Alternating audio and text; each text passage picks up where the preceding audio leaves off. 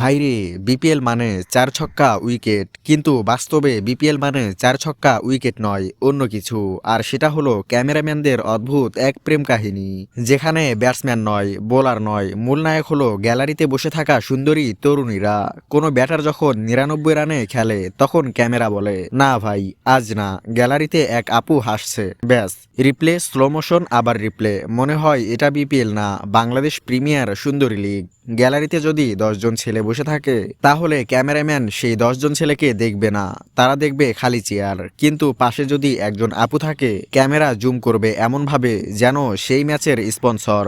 ছেলেরা তখন ভাবে, আমরা কি মানুষ না, নাকি শুধু টিকিট কেটে আসা ব্যাকগ্রাউন্ড আর্টিস্ট? ক্যামেরাম্যান ভাইদের মনে হয় একটা চেকলিস্ট আছে, সুন্দরী হাসি আছে, মোবাইল হাতে, টিম জার্সি ঠিকমতো পরেনি, ব্যাস, বল যতই আকাশে যাক, ক্যামেরা যাবে গ্যালারিতে। বোলার ভাবছে, ভাই আমি তো ইয়র্কার দিলাম, ক্যামেরা বলে, ভাই আজ আপনার দিন না।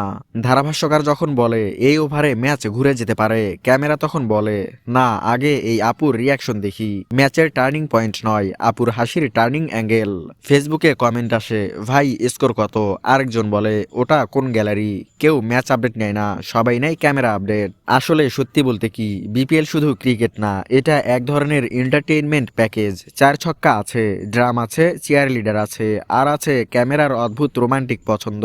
তবে ক্যামেরাম্যান ভাইদের কাছে আমার মতো অসহায় ছেলেদের একটা ছোট দাবি আছে। ক্যামেরাম্যান ভাই, একটু ছেলেদের দিকেও তাকান, আমরাও হাসতে পারি, আমরাও হাত নাড়াতে পারি, আমরাও ক্যামেরা দেখলে লজ্জা পাই। শেষ কথা একটাই, বিপিএল মানেই ক্রিকেট, কিন্তু বিপিএল এর ক্যামেরা মানেই গ্যালারির তারকারা।